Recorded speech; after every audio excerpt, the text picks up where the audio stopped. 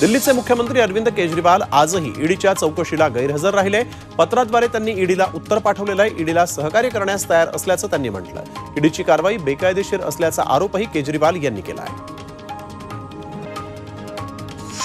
लातूरच्या अहमदपूर नांदेड बायपासवर दुपारी रास्ता रोको आंदोलन करण्यात आलं। वाहन चालकांकडून अपघात झाल्यास 10 वर्षांच्या शिक्षेची तरतूद असलेलं विधेयक केंद्र सरकारनं आणलंय आणि या विरोधात ट्रक चालक आणि मालक संघटना आक्रमक झाली आहे।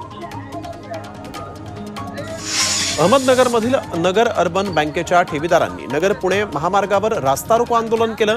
काही महिन्यांपूर्वी आरबीआयनं परवाना रद्द केल्यामुळे बँकेत ठेवी असलेल्या खातेदारांच्या ठेवी अडकल्या होत्या। त्यामुळे पैसे लवकरात लवकर मिळण्यासाठी हे आंदोलन करण्यात आलं। अहमदनगरच्या शेवगावमध्ये आशा सेविका आणि गट प्रवर्तक कर्मचाऱ्यांनी पंचायत समिती कार्यालयावर मोर्चा काढला। हायटेक संघटनेच्या माध्यमातून विविध मागण्यांसाठी हा मोर्चा काढण्यात आला।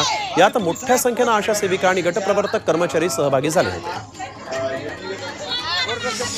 पुण्यात चायनीज मांजा विरोधात मनसेनं आंदोलन केलेलं आहे। बोरीआळी इथं मांजा विक्रेत्यांसमोर चायनीज मांजाची पोळी करत तीव्र आंदोलन करण्यात आलं। तसंच सर्व दुकानदारांना भेटून चायनीज मांजा न विकण्याची ताकीद देण्यात आली आहे।